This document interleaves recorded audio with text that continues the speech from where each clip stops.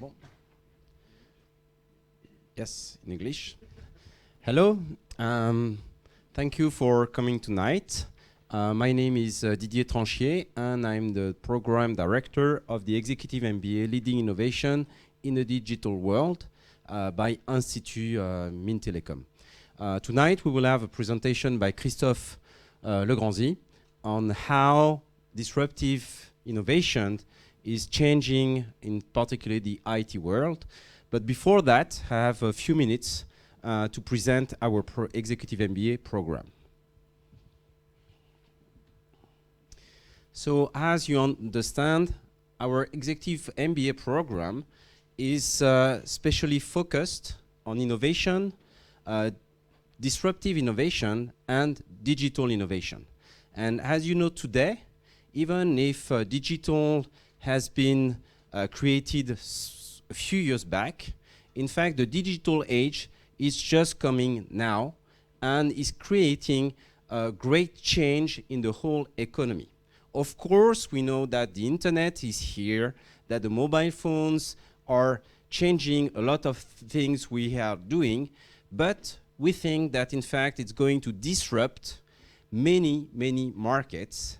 And to understand this new era of the economy, you have to understand how it will impact all these markets. So our Executive MBA program is focused on the understanding of these disruptions. And when we created this program, we saw that in fact we are the only program dedicated to innovation technology and to digital. So let's say we are number one. We are focused also on startup companies, because in fact startup companies are just the new elements, the newcomers of this new economy. Startup companies are exploring new territories, new markets, and new business model that then can be used by other and large companies, for example. So, in fact, this Executive MBA has been created by Institut Mines-Télécom. Institut Mines-Télécom has been founded a bit more than 1 year ago. It's the mergers of the telecom schools and the mine schools, and it's today, in fact, the largest campus in France, with over 100,000, more than 100,000 alumni all over France. And as you know, many CEOs of large companies and even startups are coming from Institut Mines-Télécom. We are also the largest campus in terms of incubators, because we have 13 incubators all over France, where you can create your own startup company or you can work with other startup companies. Our program is, of course, an international program, because it's not about France, it's about the whole world, and we see that many countries have a real strategy in terms of developing this new economy and, of course, focus on this new innovation. So in this program, we are going to go to different countries that have different ways to focus on this innovation. For example, India is a new country, because before the 90s, India was mainly focused on agriculture, but now it's one of the leading countries in terms of IT. Finland, where we were with the class a few weeks back, is very interesting, because Finland is a country that needs, in fact, to have crisis to create new economies and new ways, in fact, to take advantage of innovation. And we were there just at the time where Nokia was acquired by Microsoft. And what we saw in Finland is that all Finnish people said, we don't need Nokia. Even if Nokia was our largest company, our most innovative company that represented more than 15% of our GDP. We don't need Nokia anymore. We just see new horizons in terms of innovations, and we will create new companies to go after these new markets. So we visited company, for example, like Angry Birds, and I'm sure a lot of people have played with Angry Birds. I see that you are playing Angry Birds. And what was interesting is that Angry Birds is not only about video games. It's about creating company like more like Walt Disney or company like New Media. Because now they are also producing videos, they are producing films, they are producing books about Angry Birds culture. We are also going to Silicon Valley. So with the class, we're going to go to the Silicon Valley in January. And of course, because the Silicon Valley has created this new economy. They have created companies, of course, like Google, Facebook, and so on. But at the same time, today, the Silicon Valley is not working as it used to be in the mid-90s or at the beginning of the 2000s. Why? Because many startups companies like Facebook, Apple, or Google are becoming just very large groups. And they need to hire a lot of new people. So when you are in the Silicon Valley, in fact, you have many chances to be hired by one of these companies more than you have chances to create your own company. So now we see more disruptive companies coming from outside the Silicon Valley, outside the US, and outside countries, and we see many companies coming from East Europe or Asia in this new domain. But Silicon Valley is, of course, still one of the best places to see new ideas and new business model. So our executive MBA program is planned on an 18-month basis. The courses are planned 1 week every month, Monday through Saturday, in Paris. So the duration is, as I said, 18 months, and it starts every September and February.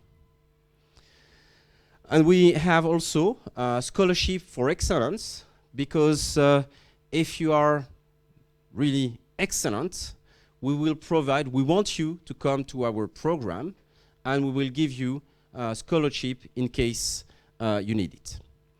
So that was my first minutes to just present the executive and program. And now I give the floor to Christophe Legrandi, who will talk about disruptive innovation in the IT world. Thank you.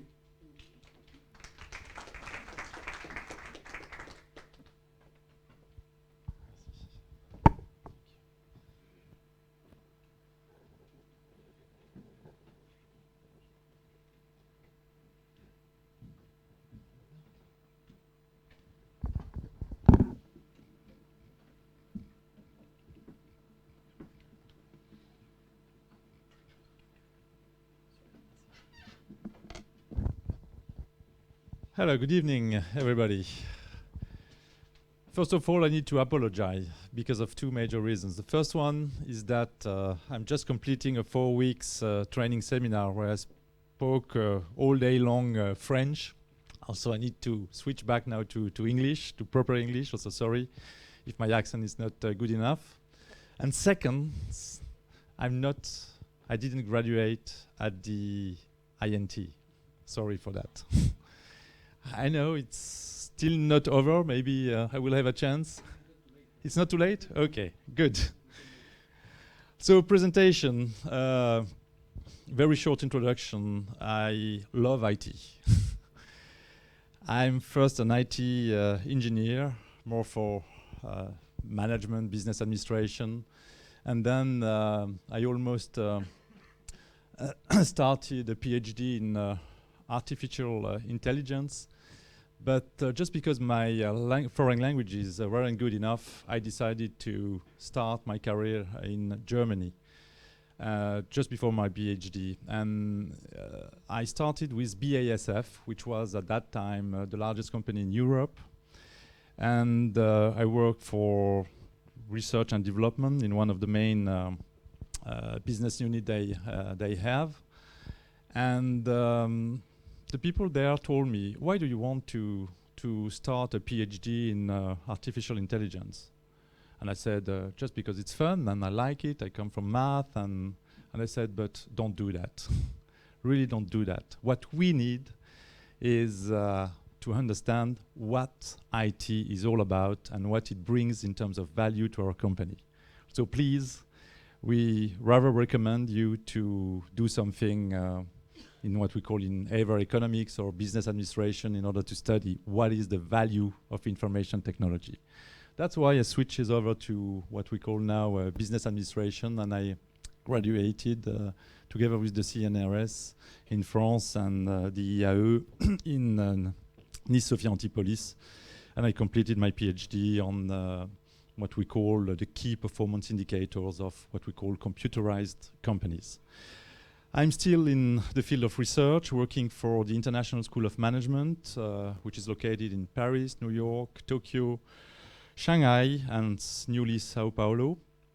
And I'm also a French foreign trade advisor, also trying to help our poor French companies in order to better perform outside of France. And I can tell you this is not an easy task to do. I'm also the author of numerous books, and just to give you a few ideas, I wrote on rather what we call information management, with the IT scorecards, IT controlling, and I'm also still, I think it's now the 5th edition of the best practices, and the last books I wrote is about the new, what we call the IT master plans, and how to build a digital company. Now, let's go to the agenda. Digital economy in numbers. I think what Didier said is very interesting, very important, but most of the people, most of the key decision makers, either from the politics or from the top management of our companies, do not know these figures. And I think it's key to understand what is happening now on a macroeconomic level, to see this transformation, these disruptive technologies which are changing our world. That would be the first part of my speech. The second is about a key question. Should we speak about IT, like information technology, or rather raise the information system concept? And the difficulty that we'll have there is just to define, to have a clear understanding about the definition of what information system really is. Then the importance of a digital strategy, why everybody should, let's say, develop, elaborate a digital strategy, otherwise the world will be, or the game will be over. And then I will talk about new digital opportunities. Digital economy in numbers. Everything you need to know in 10 minutes if you didn't study economics. Who study economics here? Wow, great. What do you know about economics and IT? That's all what you can remind?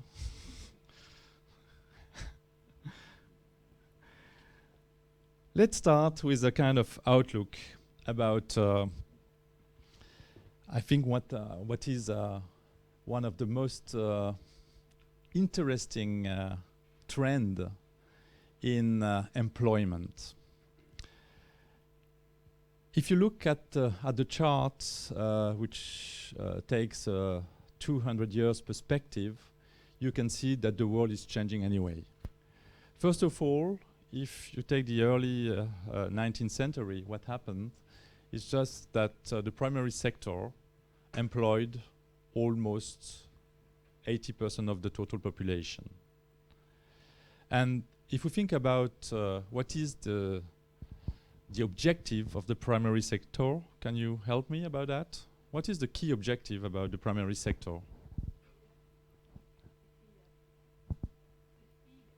Feed us, absolutely, absolutely correct. And what happens over these last couple of centuries is that today they employ in the United States less than 2% of the working population, and in Europe it's around 5 to 6%. Does it mean that we produce less in terms of our agriculture? No. No. We never produce so much than today. Why? Just productivity. It's simple. It's as simple as that. And then we have the secondary sector, which came to, let's say, to a peak after the Second World War, employing between 50 and 60% of the total working population, and since then went down to about 10 to 15% of the total population in the United States and in France. Do you know the figures? How many people are still working in the secondary sector? We got the figures just 2 weeks ago. It's less than 20. 13%. 13% only. I was surprised as well. And then came the last sector, which for sure employed the rest in terms of percentage, and this is the so-called information and services sector. And what is the difference between the first and the secondary sector compared to the third one in terms of work? I wouldn't say that. What kind of workers would you find in the primary and in the secondary sectors? Blue collars, mainly blue collars. And in the third one, white collars. White collars. And in terms of equipment, if you think about just this trend, you will understand why IT grew with such a pace in the last 50 years. Just because IT was there to equip the famous white collars. And this explains a lot of things that we will talk about. So what is interesting, just if we set back, is that industrialization transformed peasants into workers, and what we call the service sector transformed workers into employees. And if we want to understand about the value creation, there is one economist who explains almost everything. This is Angus Madison. And this economist will probably become one of the most famous economists in the, let's say, next 10 years, just because he explained everything in terms of wealth creation. He studied the value creation on nearly 2 millennia. And what did he found? He found something very interesting, is that from the 1st century after Christus until the 18th century, the world didn't produce any value, any additional value per capita. Any additional value per capita. And he gave a numbers, which is around $500 per capita. This is what the world was creating in terms of value per capita every year. $500 is a very well-known figures for what we call altermondialists as well as economists, because it goes back to the famous $2 a day, and $2 a day is the famous poverty ratio. If you get less than $2 a day, then you belong to the poverty scene. Do you know how many people have less than $2 a day? Just guess, please. It's more than 1 billion. It's a couple of billion, yeah. And then we have the extreme poverty, which is less than $1 a day. And how many people are living with less than $1 a day? Yeah, the figures just were published less than 2 months ago. It's 1.2 billion people are living with less than $1 a day. And what happened? Why are they so poor? And why are they remaining poor? Just because they didn't bet on trade and industrialization. Clearly, what changed the value creation, this is what Angus Maddison explained, is industrialization. And we will explain it just in the next slide, on the next slide. And what is interesting also, if we look back to the research of Angus Maddison, is that the first, let's say, countries in the world, the richest one were, just 200 years ago, China and India. Just because of their population. It's as simple as that. And now, if we try to understand what happens over these last 200 years, where for the first time we noticed a kind of value creation per capita, the first major point was this famous Industrial Revolution. Who started the Industrial Revolution? Who is the first country? Which bet? Clearly UK, Great Britain. Correct. And then followed by France. Excellent. France 10 years after, and then 30 years after, Germany, United States, and 50 years after, Japan. Let's go back to the figures. Before the Industrial Revolution, the world generated these famous 500 bucks per year per capita. And what did we notice, and what Angus Maddison let's say calculated? He showed that the Industrial Revolution generated 10 times more in terms of value per capita. That means from $500 we are now from $500, sorry, we are now producing per capita $5,000, which is quite a lot. And with this famous so-called digital revolution, do you know what the figure is now for the countries that took the right strategy? Very good.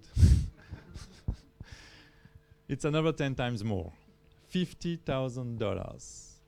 These are the figures. Also, these figures on a macroeconomic level, they are, let's say, verified, they are accepted by almost all economists that were studying this wealth creation. And what is interesting to note this is that it's not by hazard that you are generating this money, it's just by taking the right strategy. This is what France did 200 years ago, and this is what France is probably missing now. And just to understand these, let's say, transformation of the world, there is a kind of engine that is doing everything, and this is IT. And most of the people do not even know that. And IT is playing exactly the same role as electricity, as the famous steam engine played 200 years ago. And just have a look to the figures. Do you know how many PCs we are selling every year? PCs, yeah. Laptops and PCs. Desktops,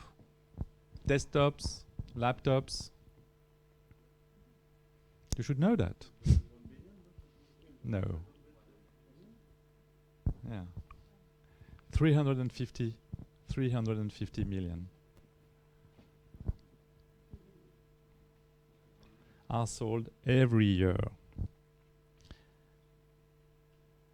What's the The entire population of the world, do you know that? It's almost 7 billion, no?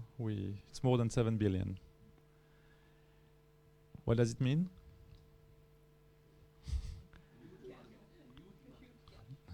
Huge market, but this means that we are equipping 5% of the total population every year, either by changing their PC or desktop or by getting a new one.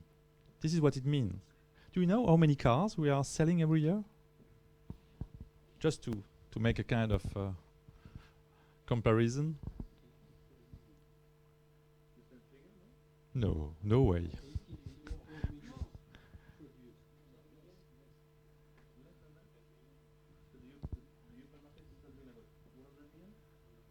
No, no, no. You mean cars?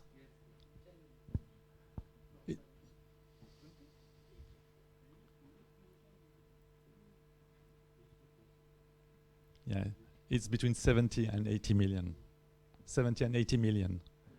Yeah, for the world. Yeah. Ah, sure, sure. Yeah. It's between 70 and 80 million yearly. And this is what the cars market is about. Just to get a comparison, that means PC, only if we take desktops and laptops all together, these amount to 350 million pieces. Now I ask a much easier question about how many mobile phones are we selling. This is your topic. If you don't know the numbers with cars, I don't care, but not with mobiles. Not here at the INT. If you don't answer correctly this question, I just stop my speech and I go back. Sorry?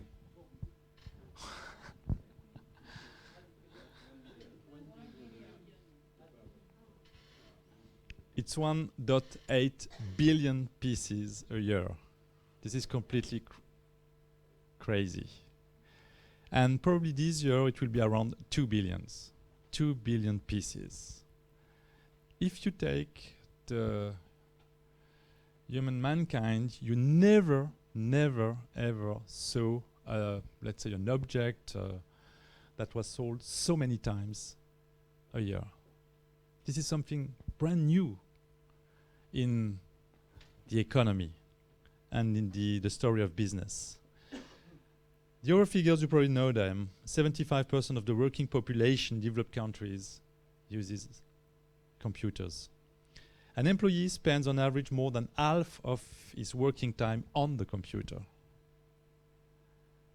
which means that the computer is the main tool of our modern society. It doesn't mean it's easy. This is the kind of technological complexity.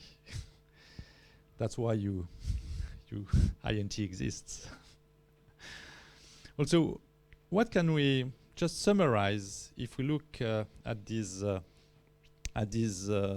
huge figures? IT has become, if you take this kind of macroeconomic view, we can say today that in terms of turnover, altogether, information technologies represent the world's economic largest sector, more than the energy, that the oil industry, 5 times more in turnover than the famous car or automobile industry, 5 times more in terms of turnover. It's about 4 times more than the pharmaceutical industry, just to put it in perspective. Also, it's a huge market, as you said. Another interesting figure is if you take the 5 richest men on the planet, 3 come from IT. And you know them. I'm sure you know them. Yes? Tell me. Carlos Slim, yeah. The famous. He's the richest now. Bill Gates, yeah. And the third one? No, not yet. Very good. Larry Ellison, the chairman of Oracle. According to Forbes, Forbes is every year making a kind of ranking about the 2,000 largest companies in the world. Among these 2,000, 210 are clearly coming from the IT business. 210. In terms of turnover, we think that information technology, the information technology sector represents about 8 to 10% of the total GDP worldwide. If we go now to the famous Zuckerberg, why is the guy so famous? And we'll put his name in the history of business just because he was the youngest billionaire of all time. He was, I think, 22 when he got his first billion. Now, do you know how much he's worth? Just for the women who are not married yet. It's $17 billion.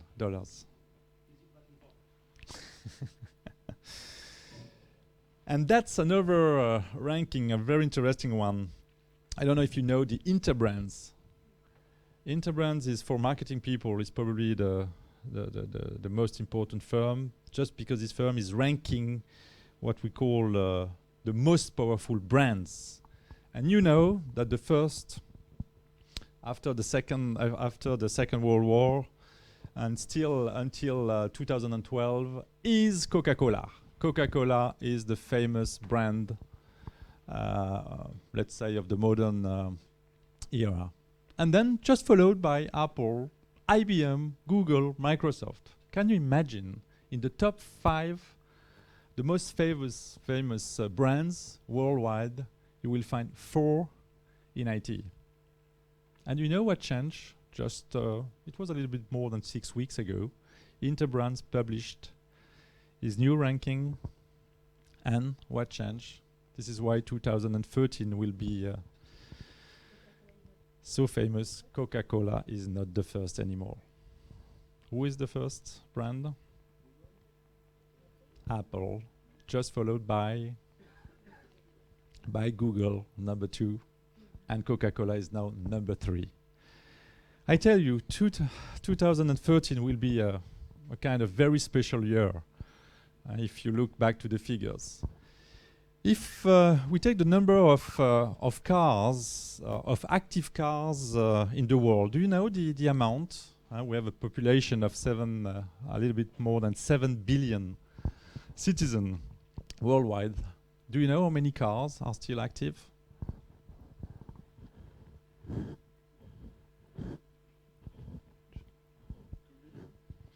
It's less than 2 billions. We think it's 1.5.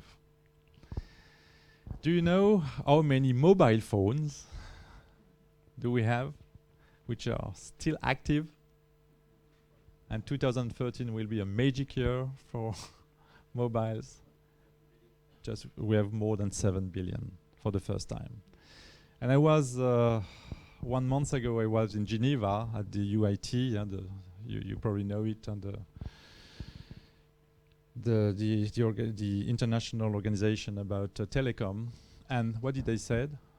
For the first time, they counted more than 7 billion. What? No, not yet. Mobile, how do you call that? Abonnement, subscription, yeah. More than 7 billion for the first time. So if you're not convinced that the IT sector is so dynamic and that IT is not representing the main lever of today's economy, then I give over. So what does IT mean compared to what we call the digital economy? IT is the producer. Let's find an easy definition. When we speak about IT, this is more the producers. And when we think about the digital economy, that's more the users, the end client. And what do we notice is that most of the companies belonging to the net economy didn't exist 15 or 20 years ago. I did spoke about Google, eBay, Amazon, Facebook. They grew so fast. This is crazy. And we'll see what kind of turnover they are generating today. And what is interesting, if you take the international trade, the traditional international trade over the 30 last years, what can you see is that the business, the trades just grows at a pace of 4% yearly. And if you take the net economy after the year 2001, it's more than 60% in terms of growth. And this explains a lot, because you know that the main indicator of a wealthy economy is growth. It's just growth. This changes everything. And now there are studies that are showing that the so-called click and mortar companies that implemented in an effective and efficient manner IT are generating, let's say, what we call gross margins, which are 2 to 3 times higher than traditional companies. And the digital economy, this is the digital economy. Do you know how many domains, web domains are registered every second? More than one. How many websites are starting or are launched every second? More than 10. More than 10 websites are created every second. Do you know how many emails are we producing every minute? 200 million emails. It's absolutely crazy. Do you know the first digital company in the world? The company that is generating the largest turnover? Just guess. No. It's a true digital company. Google is number 2. Amazon is number 1 with almost $62 billion. This company didn't exist 20 years ago and is already generating $62 billion. And in 2011, something special happened in Amazon. Guess why? Yeah, what kind of other products? You know the traditional books are the main business? No. In 2011, they sold more e-books than traditional books. In 2011, for the first time. Yeah, 2011. This was mentioned in the Wall Street Journal. So this is the digital economy. So digital is everything. But be aware of digital addicts. I really love this film just because digital is everywhere, even in your household. And look at this man, this great man, explaining his wife why she should come as quickly as possible to the digital world. Do you know it? If you know it, I am not. Oh, Jesus. Emma. So cute. Huh? Emma. Emma. It's great, huh? Emma. Emma.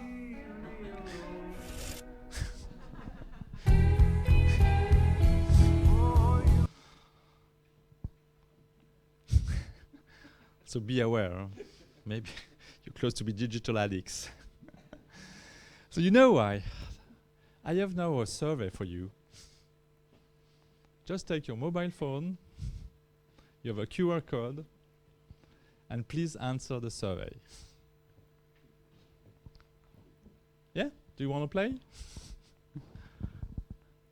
I want to know, what do you think about the digital economy?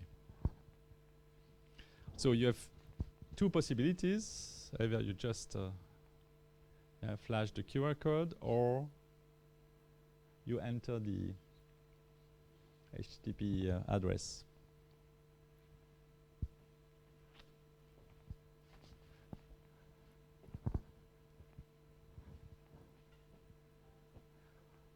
So normally the people who have an iPhone or a Samsung can stay on their chair.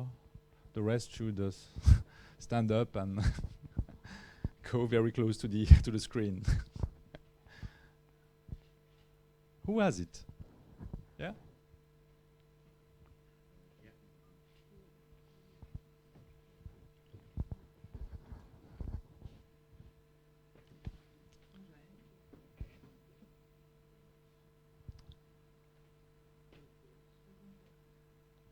This one, did you try that one? It's a little bit bigger now.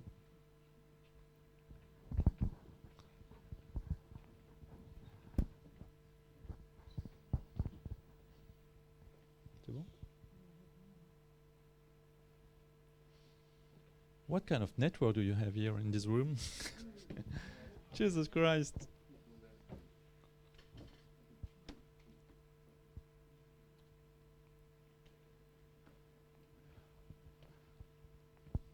Okay, I also have a paper version if you want. C'est bon, vous arrivez pas? Oh, she got it. Great.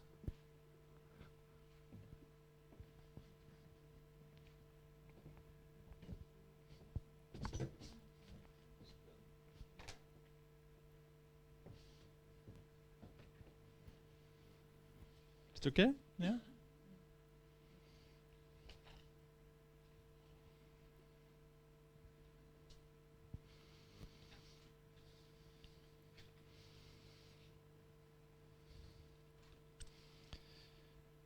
Give you 1 more minute.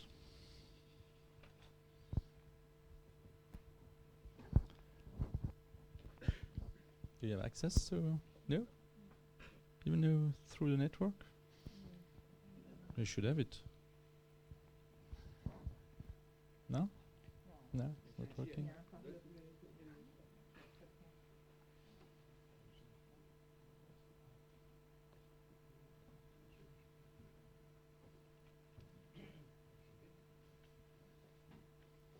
Marche pas avec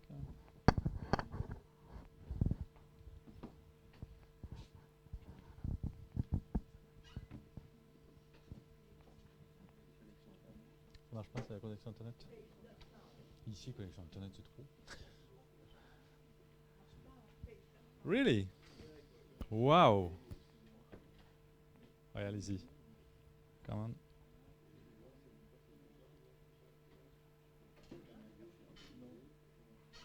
Ça peut pas. Bon, c'est bon, moi j'ai un.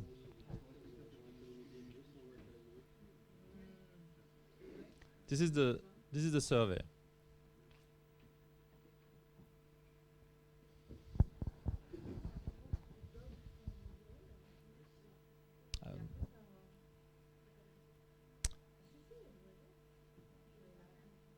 Okay, it's easy.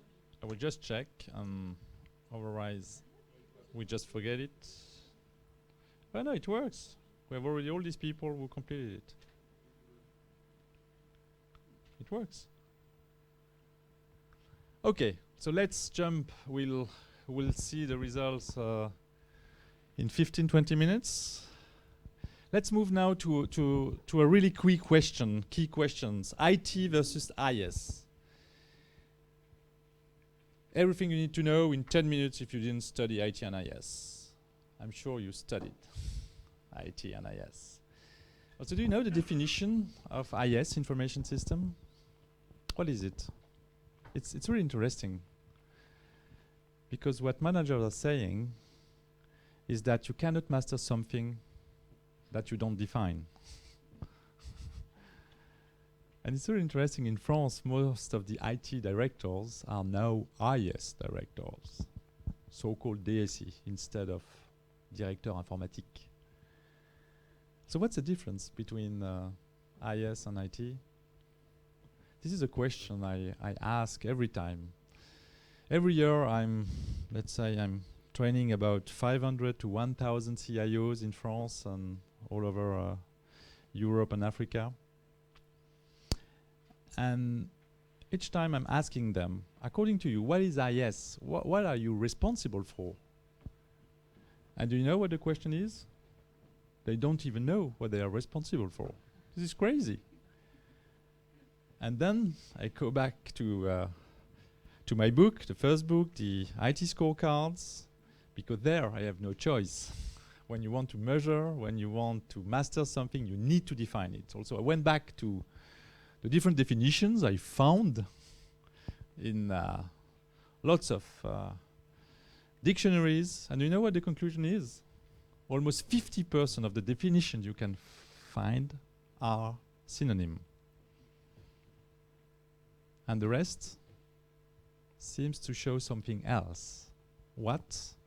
And probably this is the definition that will maybe in 5 years be the definition accepted by everybody. This comes from Professor Rex, who said that IS, information systems, is a system where you can find 3 types of what we call objects or items. IT on one hand, the users on the other, and information. So you have 3 types of resources in an information system: the user, who is using the technology, and then information. This is what is either generated or manipulated through this usage. And what is interesting is to understand what are the challenges for our companies in terms of money, because this is the only things which counts according to our managers. Money, money, and money. The rest, you just forget it. And the problem that we have at this level is that IT, in a microeconomic perspective, doesn't represent anything. 1 to 5% of a total budget, it's almost nothing. And it's a kind of contradiction, a kind of antagonist. If you think about all the figures I show you on a macroeconomic perspective, and when you compare it to the figures we have in our company at the microeconomic level, you won't conclude the same thing, that IT is the real lever of changing the world and bringing us in the digital economy. But probably the way we count is not correct anymore. And if we take the information system definition, and if we had the fact that people are spending at least 50% of their time on the computer, and we know that labor is the major cost of modern economy, then you will find that in the industry, the IS budget represents between 10 and 25% of the overall company's budget. And if you go to the more clerical works, administration, then it's more than 30 to 50% of the total budget. And I think that these figures represents much better the challenge that we have now in our company. The objective is not to downsize IT or to optimize IT. It's more to optimize the usage of IT. If you just compare, there is a factor of 10 between an IS budget and an IT budget. And if we try to value information now in our companies, that means relevant information. Most of the experts are saying that it will need about 1 to 5 times the annual operating budget just to recreate all our relevant databases. 1 to 5 times. This is the challenge of an IS director. This is what he needs, probably together with his colleagues, to manage.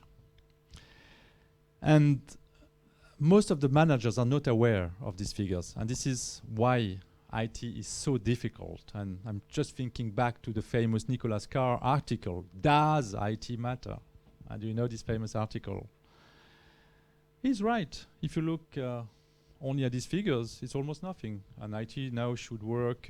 I'm just thinking about cloud computing technologies, all this stuff.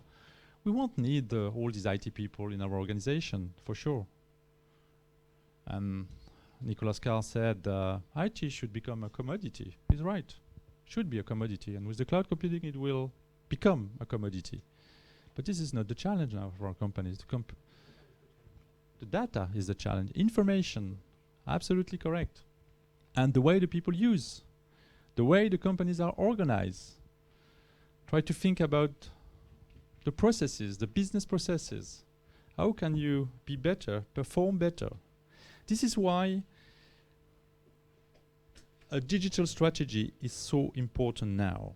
If you think about just what is happening now, if you do not have an MBA, I'm sure you do not have an MBA yet. And if you didn't answer my survey, you won't have it. Growth always has its origin somewhere. And we're in a well-thought strategy. Do you know who is the guy who launched a real digital strategy in the world, the first guy that will probably remain in history? It is the famous Al Gore. All the companies we just mentioned, eBay, Amazon, they are all Al Gore babies. Why? Absolutely correct. This is the guy who launched the information highway, who said to everybody, he was the number 2, so the vice president of the United States, and said to the new entrepreneur, please go there. It will be an El Dorado. We'll make a lot of money. This is the new world. This is also why Clinton won the election. Huh? All the polls experts said that Clinton won about 5% in the election just thanks to Al Gore, because he just showed the way. But we have also Lula da Silva in Brazil. We started also massive investment in IT. Deng Xiaoping, this is the genius. 1978, he changed everything in China. The growth, if you take 20 years back, in China, you just double the GDP per capita. 20 years after 1978, they multiplied the GDP by a factor of 50 to 80. This guy is a great guy. He did everything in terms of reform, agriculture, industrial, investments, everything. We have exactly the same in Singapore with Lee Kuan-yew, Park Chung-hee in South Korea. Samsung is also a baby from Park Chung-hee.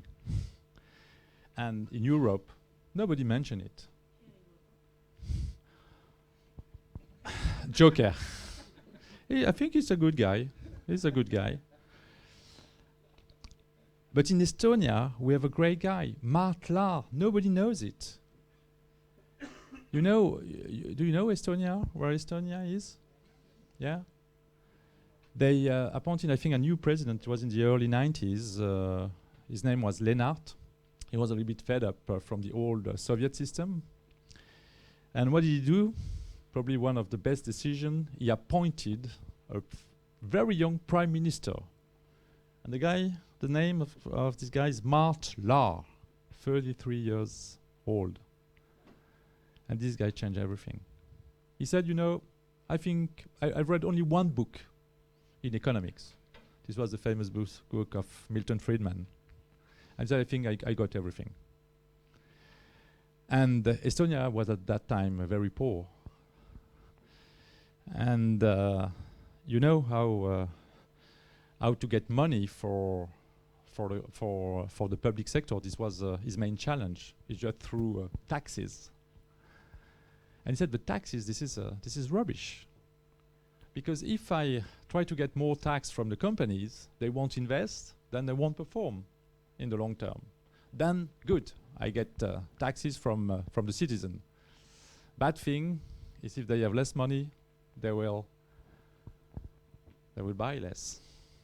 And both of these options are useless, just because they will affect the economy.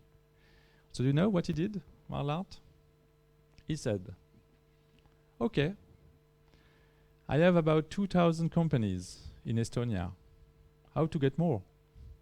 Just by simplifying, you know, all this administration stuff.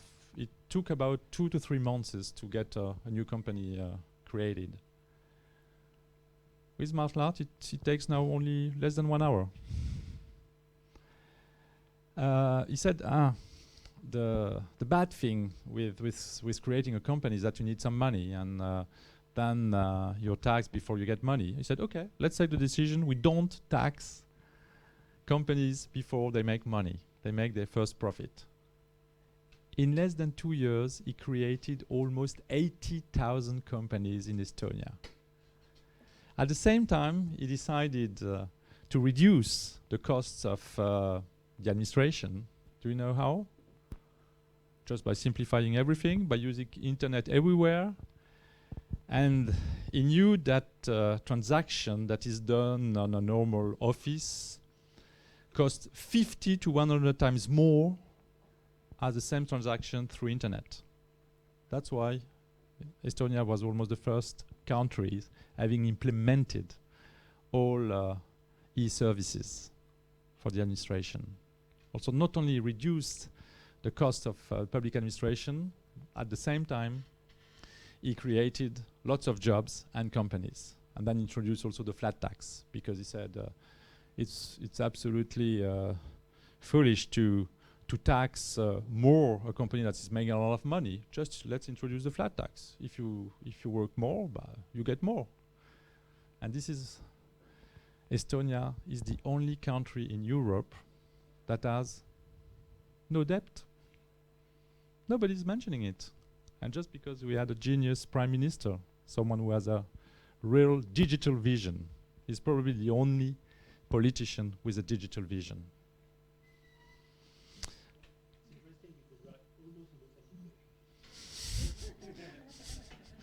And we do all the mistakes that he avoided, yeah. We can say that. Also, if we think about the algo babies, Amazon, more than 60 billion, Google, 50 million, eBay, 40 billions, Yahoo, more than 7 billion, Facebook, $5 billion. I went to China twice this year. And I had the chance to discuss with the experts of the Fudan University, which is probably the most famous one in terms of advising the current government. And do you know what they told me? Yes, we understood. Digital economy, this is the economy. That means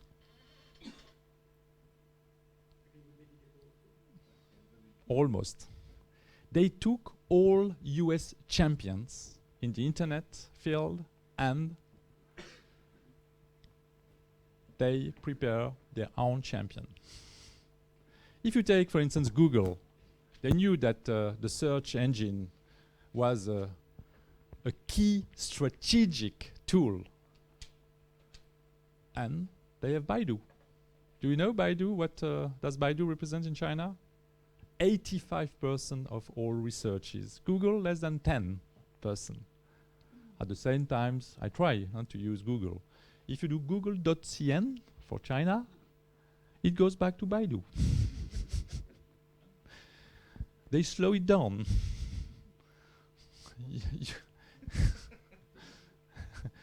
It's a hazard. I'm sure it is.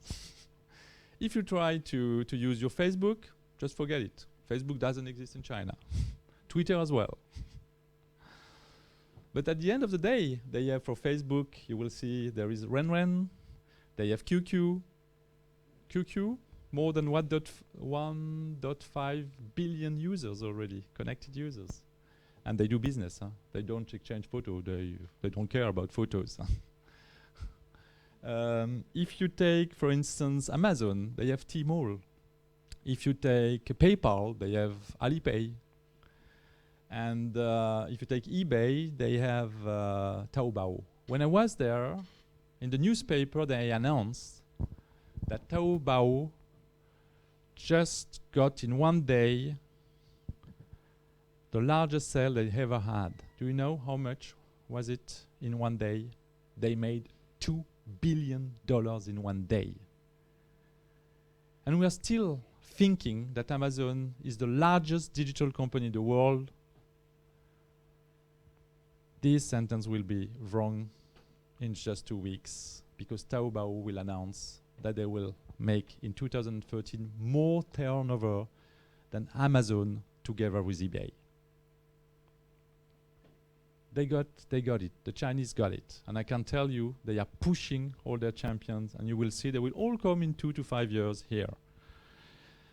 They are just training in China. Something which comes from the research, which I think is one of the major results. In the research field, we tried over the 40 last years to establish a kind of correlation, positive correlation between IT and companies' performance. There are more than 50 studies trying to show a correlation, and they are all, what do they conclude? There is no correlation. Why? Because they took the amount of investments, IT investments or IT budgets compared to the turnover, to the benefits, to the market value of the companies, and they are all non-conclusive. In the last 5 years, new studies, new researchers found for the first time a positive correlation. Very interesting to know that these researchers are not coming from North America or from Europe. They are coming from China, from India. And you know what they found? Is that there is a clear correlation between the level of maturity in IT governance in companies. The more the maturity is high, the more performance the company is. And I just quoting a few one. If you take, for instance, we always thought that the value of IT is directly linked to the type of investments you are doing. This is wrong. If you are, for instance, the way we calculated the benefits, the business benefits of an IT investments like SAP or Oracle applications, whatever, we thought that there was a direct relationship with the benefits and the type of investment. Totally wrong. The positive correlation is on the maturity, the IT maturity of the board of directors. It's as simple as that. The more the managers of the company, the top managers of the companies are aware of IT and are taking time also, are involving themselves in this IT process, the more performant the company is. And just look back to this first study, which shows that companies with a high level of governance, IT governance, generates 2 to 3 times more benefits than those with an average score. And the one who have a low level of IT governance are not generating any value from their IT investments. That's interesting. They show as well, that's another type of study, the higher the CIO is within the organization, the better financial performances can be observed. If the CIO is part of the executive committee, then you have more chance to have a company that is wealthy, that shows growth, etc., etc. And another type of study shows that the effectiveness of CIOs also influences the capacities of IT assimilation within the business and by creating value as well. So this is the first time, and I think it's a key information coming from the academic world showing that there is a direct relationship between business performance and IT. And just based on the level of the IT maturity of our executive committee and top managers. That means that the companies should not be seen only by their organization, their business processes, but performance is somewhere in between the IT world and the business world. You cannot also speak about performance without taking into account the role of information, the role of the new IT tools, with new type of organization and new redesign of business processes. We thought that IT performance will more or less have consistent and optimized systems. This is wrong. I still remind the time of the CIO of La Redoute, Christian Sarrazin, who, after 5 years of cleaning up all the IT systems, having one operating systems, clean data centers, clear, let's say, IT strategy, wanted just to leave the company. And he didn't know how to write his the so-called testament. How do you say that? Testimonial, yeah. And just because the managers there didn't understand about technology.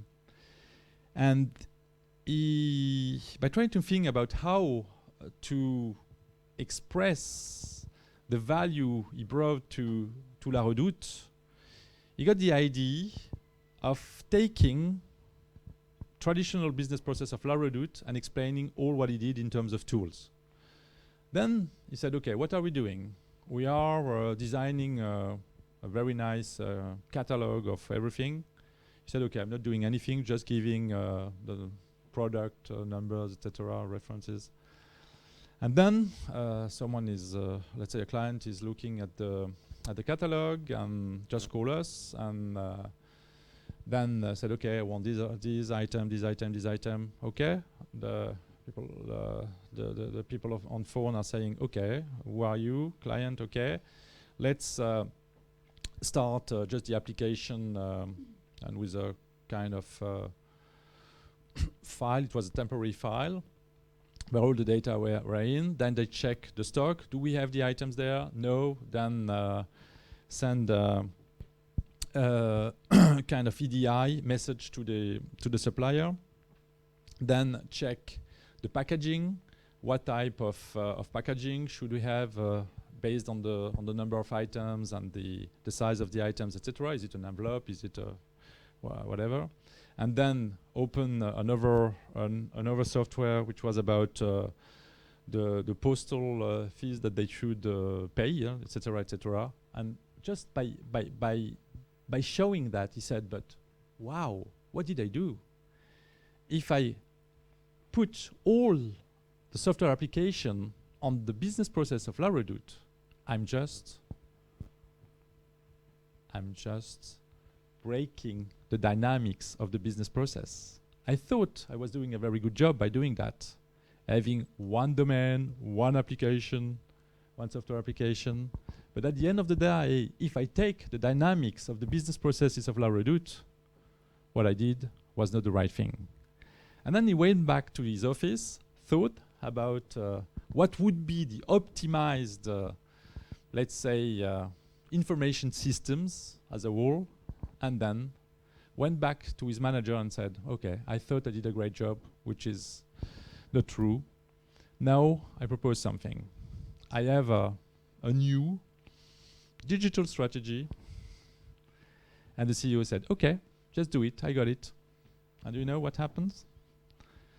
In a sector, what we call vente par correspondance, where on average you had to wait about 2 to 3 weeks to get the items after just ordering it, he speed up the process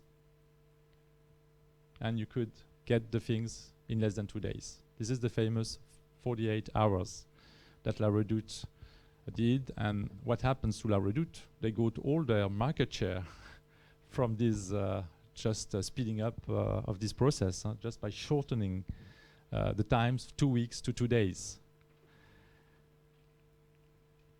This is, for me, I think, a new type of manager. He redesigned the entire business. And I can give you exactly the example of Benetton. I'm coming from a region, the East and North, where, you know, we were the best in terms of textile industry, clothing and all about that. Every time I go there, I will go this weekend, I will open the local newspaper and I will see it's a kind of the last companies, you know, the end of the last companies, just clothing, etc. And they are all explaining the same. Yeah, it was almost over. It's impossible for us to compete with North Africa, Tunisia, or Madagascar, now India or Pakistan. I said, this is all rubbish. Just look at the companies which completely redesign the business. Do you think they are coming from North Africa, from China? Not at all. Benetton did it. They reduced the process, which was usually a 6-month process, in what? In 6 days. They are capable to create a new t-shirt, polo, and in 6 days, they are already selling it. This is what makes Benetton the second company and the richest family in Italy. Who just copied their model? Sarah. H&M. Do you think they are Chinese company? Do you think they are North African companies? Not at all. They are Scandinavian, they are Spanish, etc., etc. And the head of Zara is now the first richest man in Europe now. Just because they redesign completely their company. Also, they move it from a traditional company to what I call a digital company. And now, last studies coming from the MIT, less than 2 months old. I really love this study. They performed a study on more than 450 companies. More than 1,600 top managers were surveyed. And what they did is they categorized the different companies. The so-called beginner, they are just using IT as we are all doing with office automation, emails, a bunch of applications, etc. Then you have the conservative companies, which have a little bit more. They have their famous ERP, maybe a flavor of CRM, etc. And then they have the fashionista, how they said. This one, they don't have a clear IT and IS strategy. They are betting on some technologies like tablets, like whatever, but without having. So that means they have a few businesses that are ahead, but not the overall companies. And then you have the famous Digirati. These are the companies which understood everything. And in terms of percentage, most of the companies they surveyed in the United States are clearly 2 out of 3 are beginners. 40% are conservatives. The fashionistas represent only 6%. And the true digital company, the so-called Digirati, represents less than 15%. In Europe, or in France in particular, I can tell you I would know this percentage as well, because I'm sure that it's far less than 15%, the Digirati. And these are, according to me, the most recent interesting figures that were ever presented. If you look now at these 4 types of companies, they put in perspective revenue creation in terms of turnover, profitability, and market value. Look at the figures. If you are beginners, it's almost over. The game is almost over. You are dying. It's just simply dying.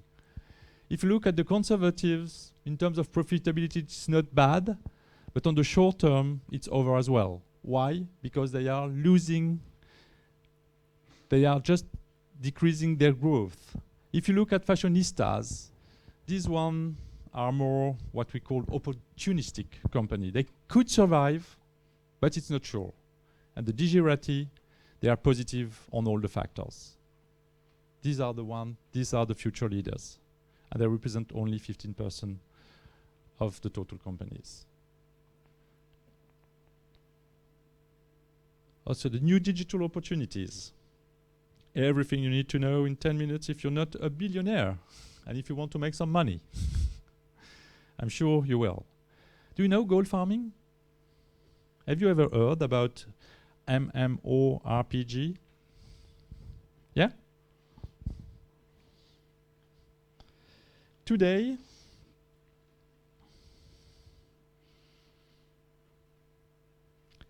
You can find in China more than 100 people working in so-called gold farms. What are they doing all day long? They are paid to what? To play. To play games. Great. I thought at the beginning that they were just testing new games. No. What are they doing? Just collecting points. On World of Warcraft, for instance. And what are they doing with these points? They're just selling them on eBay. And they do enough money to make profits. More than 100,000 people are doing that in China. Sometimes they are even selling their account. It's between $500 and $1,000. This is, for me, a typical new digital economy. Okay, it's a niche market. I agree, but not bad. And you know who is buying all these points? These are us, yeah, absolutely. Not us, our kids, I think, I assume.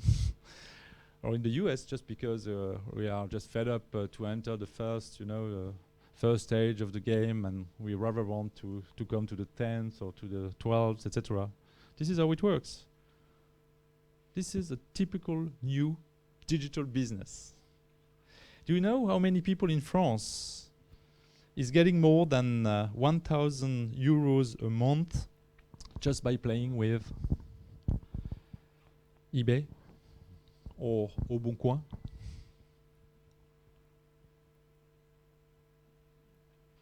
I can tell you these figures are not published. We are sure that it's at least 50,000 people in France are getting more, in terms of revenue, more than 1,000 euros per month thanks to eBay or Au Bon Coin, just by buying things, stuff in China and reselling in France without paying taxes, without everything. And the real figure is probably around 80,000 to 100,000. It's a new digital economy. And I can tell you the tax office is really fed up. And I know the figures just because I was an expert in court, and I was asked to audit different accounts, different pieces, just by people doing this kind of games. And then I got the numbers. All traditional businesses are impacted. You probably know bus cards, Ravi, Zipcar. Yes? They are changing everything. Do you know Zipcar, how it works? You can rent a car everywhere in Paris, just with your mobile phone. You know the closest one to you.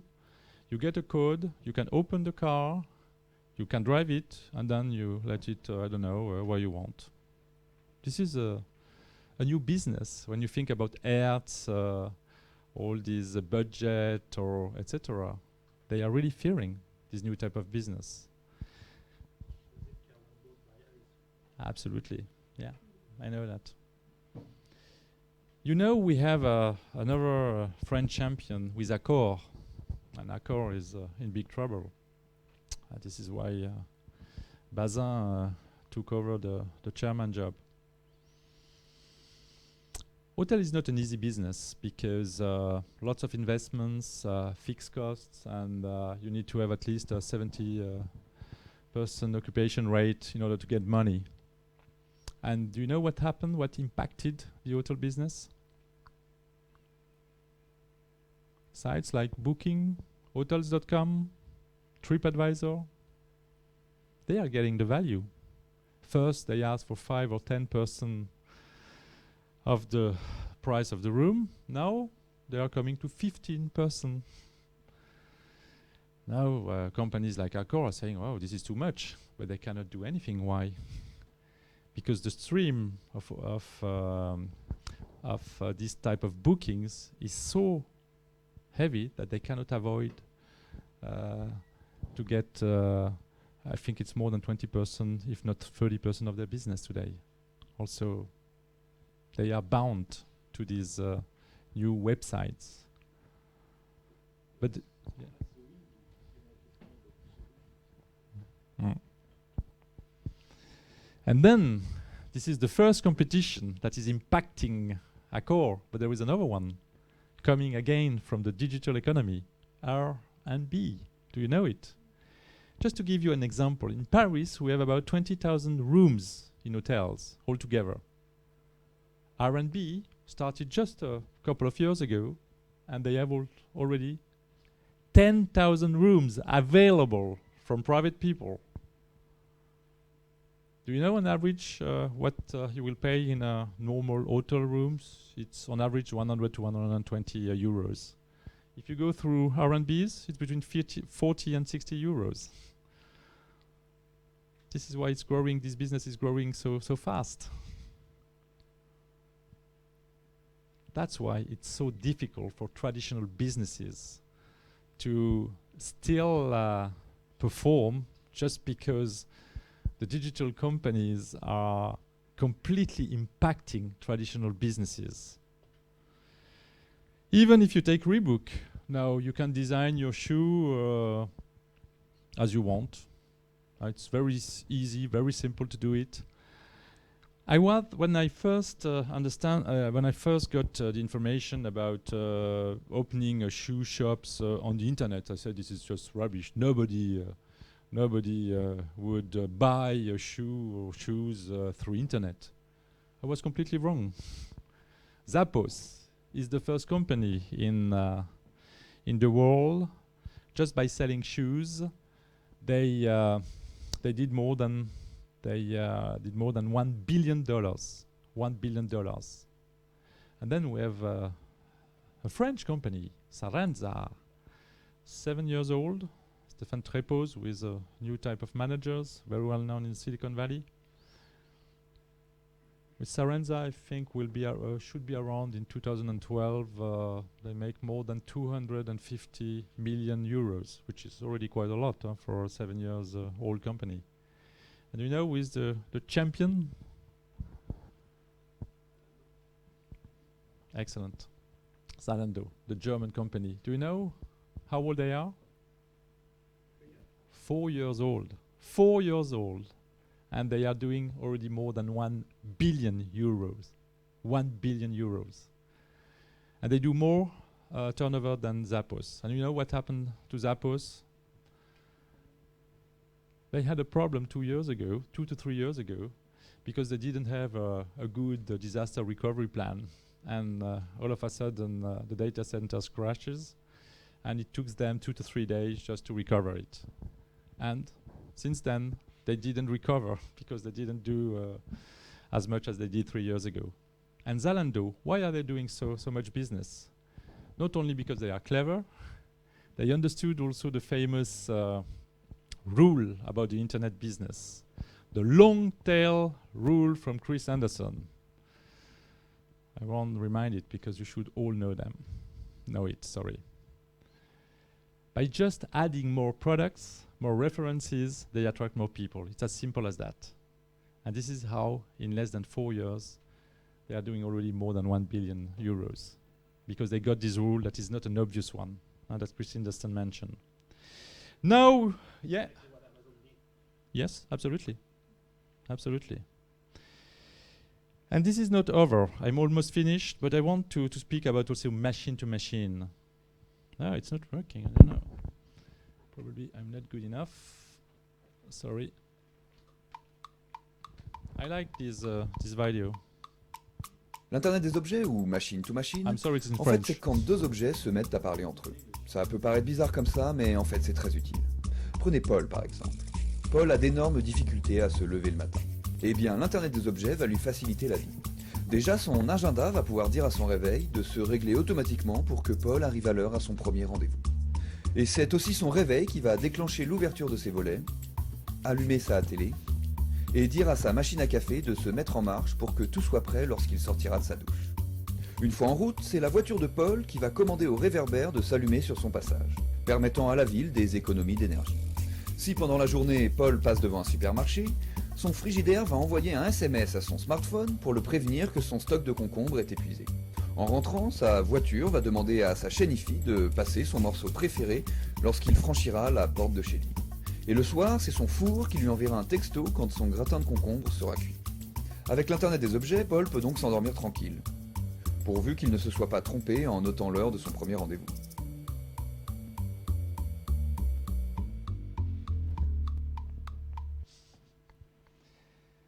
This is now what is coming. We have already more than 9 billion connected objects. And in 2020, we'll have around 50 billion of connected objects. Now the information and data are not coming from the people anymore, but directly from connected devices. This is why big data is so famous. Just have a look now to the survey. Are you interested, by the way? Oh, 13 responses, not bad. These are the good people. First question. Do you think that the digital revolution will be as strong as the industrial revolution? Great. You're at the right place. Regarding this transformation, do you think France is well positioned? Oh, gosh. In terms of she's good. I like her. We are probably 20 years too late compared to the US economy, but at least we start something now. But you're right. I think France is considered as being in terms of position. We were number 2, number 2nd in the Industrial Revolution. We are about 25 to number 30 in the digital revolution, and this is a true fact. If we think about digital readiness, we are quite far from that. Do you think your organization is well prepared for the coming digital challenges? Strongly, not bad, almost 50%, but there are still jobs to do. Do you think you are personally well prepared to the digital revolution? Okay, you didn't complete your executive MBA program, that's why. Do you wish to be trained on digital topics? Yes, for most of you. Thank you for answering this survey. Now, this is my last slide. I think that the traditional company now it's really a must, transform itself. Thanks to information technology. But not in a normal, traditional client-supplier relationship. This is all over. We need now to reinvent the companies of the future, the digital company. And this is what I wish you all, to become billionaire and to create very wealthy companies. Thank you for listening to me, and good luck for that.